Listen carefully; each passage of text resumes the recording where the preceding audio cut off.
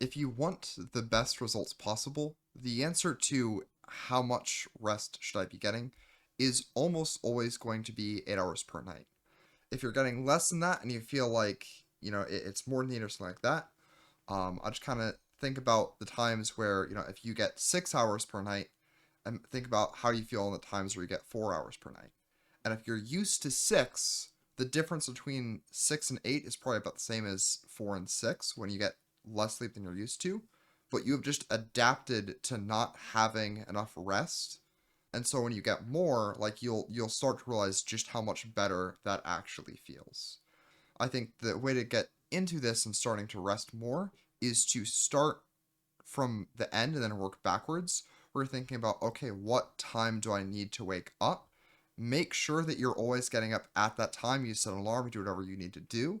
And then from there, trying to make sure that you're tired enough and you're, doing everything right where you're getting sleepy at a point where you can get at least 8 hours of sleep.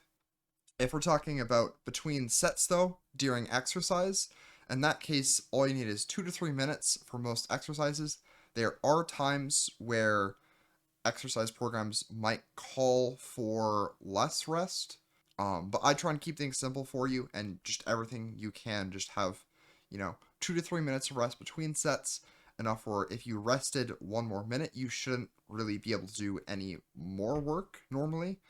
And that's an appropriate amount of rest between sets. But when it comes to sleep, 8 hours per night, very important. Get that if you can.